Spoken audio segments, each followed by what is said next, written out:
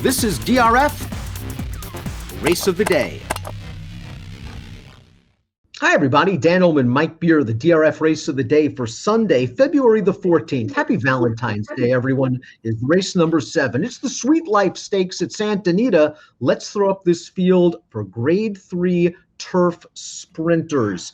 You can download free formulator past performances for this race. I mean, I can't think of a better Valentine's Day gift than a free formulator past performance for the Grade 3 Sweet Life Stakes at Santa Anita on Sunday. You can download it on the Race of the Day event page at drf.com. Access them and handicap along with us. Mike Beer, competitive group.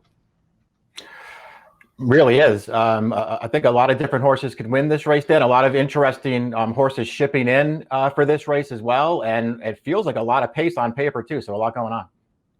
A lot of pace on paper, a good segue into our Timeform US pace projector. Of course, it's a red bar scenario. You've got horses like the 2 Freedom Flyer coming off a gate to wire win, the 7-5 Picks Please, who hasn't been headed in her last 2 starts, and a couple of other quick ones in here. Squared Shady, the 5 just went gate to wire. They're going to be going early. Yeah, I really feel like they almost have to. We'll just see, who really decides to go. Because you're right. Aside from the 2 and the 7 who they have up there, I mean, there are other horses in this race with speed. And if they go fast, it could help the 1, Nimbo Stratus, who really ran well when cut back to this distance last time out. Let's watch Nimbo Stratus's race. She hung it near the back of the pack in here, and she's going against a 5 Picks Please. 5 Picks Please at 25-1 has the lead. Nimbo Stratus on the far outside is going to come with a run, make things a little interesting late, Mike. This filly, I think, has found her niche as a late-running turf sprinter. I mean, she probably has. You can see, though, Dan, in this replay, 5 Picks Please did go a pretty fast pace. Nimbo Stratus was not the only horse closing in there. There were a bunch of horses closing at the end of that race. So, as well as Nimbo Stratus ran, in a lot of ways, she had the run of the race. Now, no Lasix for the Sweet Life. Nimbo Stratus had Lasix on for the race we just saw, as did Freedom Flyer for the race we're going to see right now. Freedom Flyer went gate to wire, going 3/4 of a mile in the return to turf. She went right to the front in this race, and she just keeps on going. This was the slower division of maiden special weights for 3-year-old fillies, going 6 on January the 2nd, but a very comfortable victory.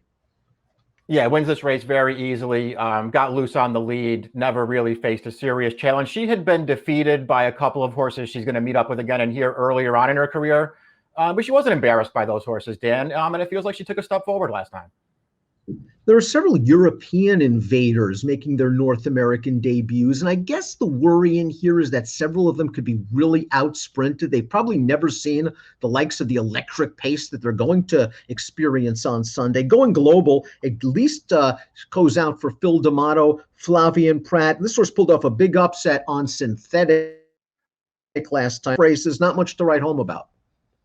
Yeah, I mean, it'll be interesting to see what this one does. I think this horse is interesting, if only because D'Amato actually has really good numbers with his foreign imports. This filly, I don't know, when you watch her earlier turf races, Dan, it just felt like she was a real work in progress. Didn't show a lot of speed. They weren't really asking a lot of her. When she came back, she got about 3 months off. She came back, and I realized it was a different surface. But she looked like a totally different horse last time, and ran a much improved race. And she's a closer as well. All of her races over there showing a big late kick. And if she has a big late kick in this race, she can factor. Right next door is Go Greta, coming in from England, and now with a very good turf trainer as well, Richard Baltas. This filly sold for $68,000 in October, and she looked good, I thought, winning over the Synth last time out. I'm not sure if she beat anything. The 3rd place horse did come back to win, but it was a very comfortable effort, again, on synthetic footing. Yeah, that was my worry just about her last race, too. It just didn't look like much of a race, but she did win very impressively in there, and that was after being very green in her first 2 starts. Squared Shady handled Calbreds with no issue. First time Lasix, last time out. Let's watch that race right now. Squared Shady went to the front. Didn't think she had to go as fast as some of the other speed horses we've seen prior, and Squared Shady just goes right on to win. I didn't love the field she beat, so she's going to be taking on tougher, perhaps taking on a tougher pace scenario as well, and the Lasix will go off. Right. A lot of working against this filly. I mean, stepping up off of a maiden win is tough anyway. When you do it into a graded stakes race, it's even tougher.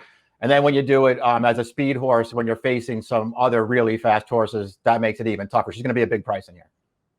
Perhaps the most highly regarded of the European entrants is up next. That's the 6 Royal Address for Neil Drysdale, a stakes winner in France. She sold for $232,000 in October. She has the company lines. And listen, if there's going to be some pace, I would expect this one to come with a good run. She seems to handle firmer footing as well.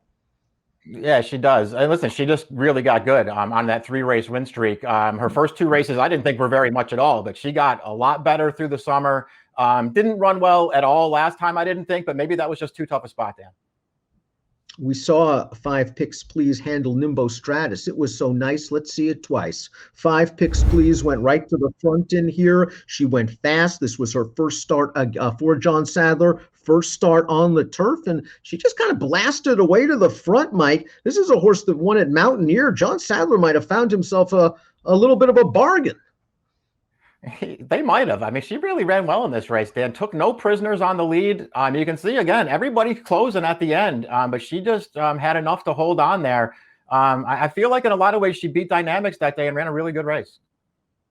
Mandela and Smith, potent combination in Southern California. They send out Pizzazz. And this is a horse turning back from a mile to 6, and I think we'll really appreciate the fast pace up front. I liked how she won her maiden going 2 turns at Del Mar, 3 starts back. It was a confident and comfortable victory, and she ran into some good ones last time out in the Blue Norther in a race with no pace. Yeah, she did.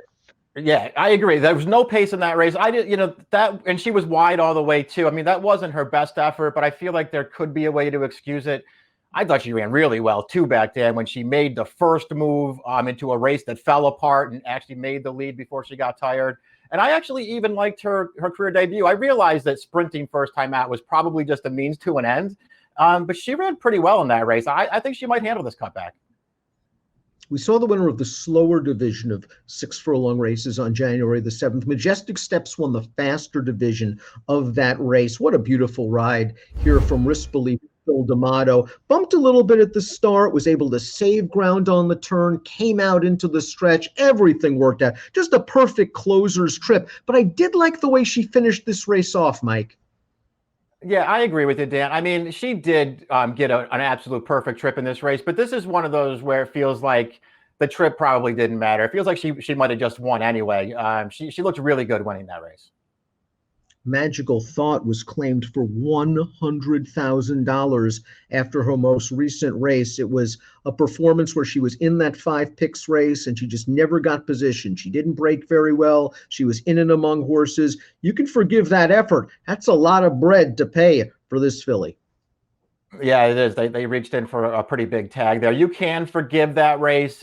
Even if you do, she's got to run a lot better than she did in her first 3 starts. Like Nimbo Stratus, Plum Sexy made a run at 5 picks please to no avail last time out, but it was a good performance. It was another situation. Filly cutting back in distance and running on at the end. Yeah, and she had won her career debut sprinting on the turf, so there's an argument to be made that this is just what she wants to do. Again, that 5 picks please race, it felt like a closer's race, and she was closing, but she still ran a decent effort there with a new top figure. Big price on the 12, I'm So Anna, who has won sprinting on dirt, a stakes winner routing on turf, another horse trying to cut back in distance, hoping for some pace. Not sure she's the best closer in the heat, however. I'm not sure that she is either. She's going to be a very big price, though. And she's very versatile and very consistent, so she has that going for her. This is a really competitive, good betting race. Let's take a look at our top selections for the Grade 3 Sweet Life. I like the way Majestic Steps finished that race off. First time North America for D'Amato. She should get a good pace once again. And I'm curious to see how good she is. And we've noticed, we've talked about it during this preview, cutbacks on turf. They close in fast paces. They run well. You're going to hope for a situation like that with Pizzazz. It feels like this race could set up well for this filly. I just wanted a price in this race, Dan. I just feel like it's too wide open to take one of the favorites in here. And I was sort of torn between Going Global and Pizzazz. I could use them both. I put Pizzazz on top. 8397 for Mike, 9726 for me. It's your Sunday DRF race of the day, the Grade 3 Sweet Life Stakes. Best of luck.